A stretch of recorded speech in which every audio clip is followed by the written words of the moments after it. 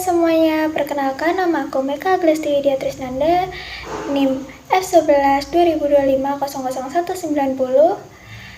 dari Universitas Dianusantoro, PSDKU Kediri.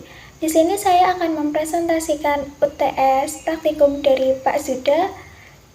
Berikut adalah tutorialnya. Untuk nomor 1, kita disuruh untuk membuat program menghitung tarif parkir kendaraan berdasarkan lama waktu parkir. Di sini kita akan menggunakan bahasa C++ untuk membuat program. Untuk include IOStream itu untuk menambahkan input dan output, sedangkan using namespace std itu agar kita tidak menambahkan std di belakang cout ataupun sin. Nah, in itu untuk menyimpan durasi parkir dalam jam dan in biaya untuk menyimpan total biaya parkir. Sedangkan cout itu untuk meminta input dari pengguna. Sedangkan sin itu untuk menyimpan input ke variabel durasi. Di sini kita akan mengecek apakah durasi parkir mencapai atau melebihi 24 jam. Nah, hari sama dengan durasi itu untuk menghitung jumlah hari penuh. Nah, sisa jam sama dengan durasi itu untuk menghitung sisa jam setelah dikurangi hari. Biaya sama dengan hari dikali 30 itu untuk biaya hari penuh. Di sini, jika sisa jam kurang dari 2 jam, maka tidak ada biaya tambahan atau hanya tetap 5.000. Nah, jika lebih dari 2 jam, maka di setiap jamnya ada tambahan 2.000 setelah 2 jam pertama. Nah, di sini kita akan menampilkan hasil akhir. Nah, untuk cout, total durasi parkir. Nah, itu untuk menampilkan durasi, dan cout itu untuk total biaya parkir untuk menampilkan biaya. Di sini saya akan run untuk melihat hasilnya. Nah, di sini saya akan memberikan contoh itu 1 jam untuk melihat berapa harga parkirnya.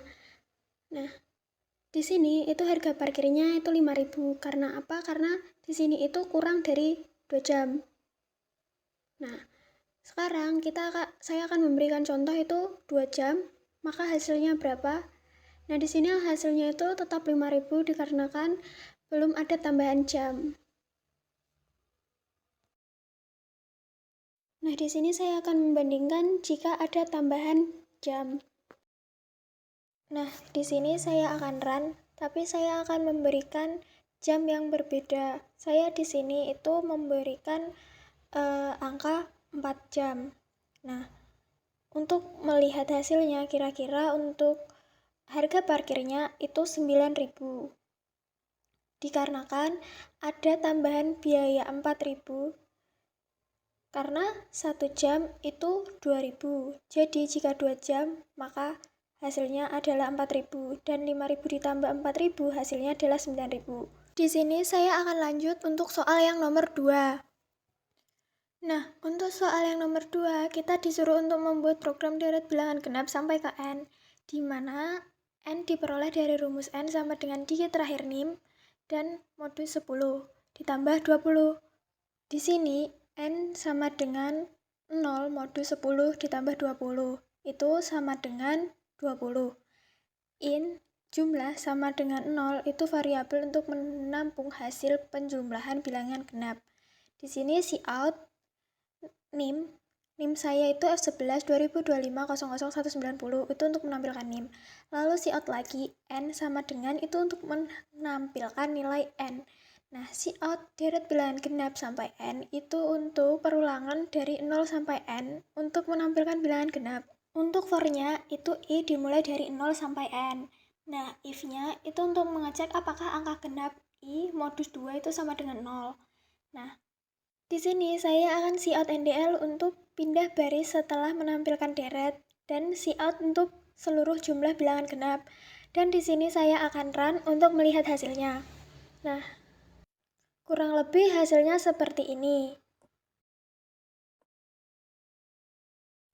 Nah, di sini untuk menghitung bilangan itu dengan cara menambahkan bilangannya. Contoh, jika 2 ditambahkan 4, 4 ditambahkan 6, 6 ditambahkan 8, 8 ditambahkan 10, 10 ditambahkan 12, 12 ditambahkan 14, 14 ditambahkan 16, 16 ditambahkan 18, dan ditambahkan 20.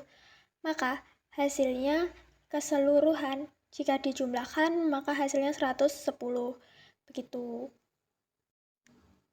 Nah, setelah itu kita akan lanjut untuk soal yang nomor 3.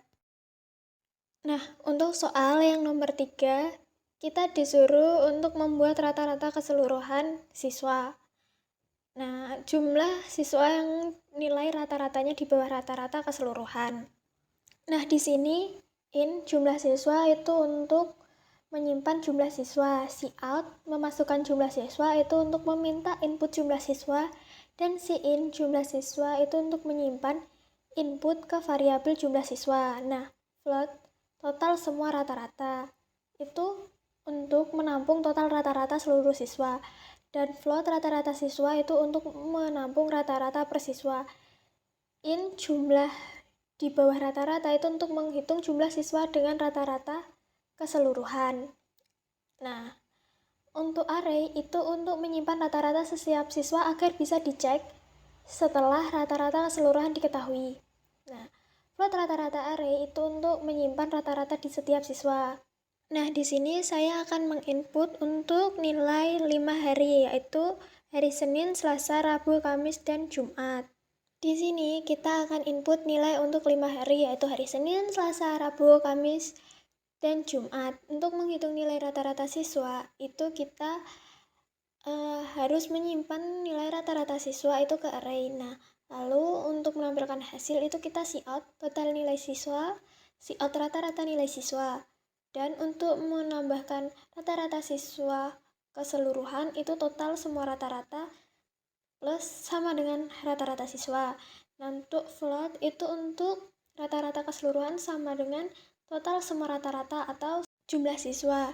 Nah, lalu cout rata-rata keseluruhan. Nah, untuk menghitung berapa siswa yang rata-ratanya di bawah rata-rata keseluruhan, for i sama dengan 0 itu jumlah siswa i++. Nah, if rata-rata array itu untuk rata-rata keseluruhan membandingkan rata-rata siswa dengan rata-rata keseluruhan. Cout jumlah siswa yang nilainya rata-rata di bawah rata-rata keseluruhan. Di sini saya akan run untuk melihat hasilnya, dan di sini saya memberikan contoh 3 siswa. Nah, sebenarnya di sini saya akan memberikan 3 perbandingan, yaitu nilai yang baik, cukup, dan di bawah rata-rata nilai keseluruhan. Nah, untuk yang hari Senin untuk siswa pertama itu nilainya seperti itu.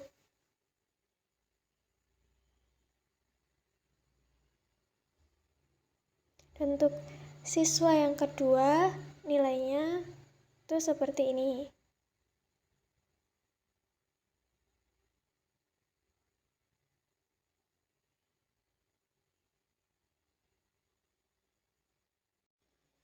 Nah, untuk yang nomor 3, untuk nilai siswanya itu seperti di bawah. Nah, itu di bawah rata-rata atau memang benar-benar sangat kurang.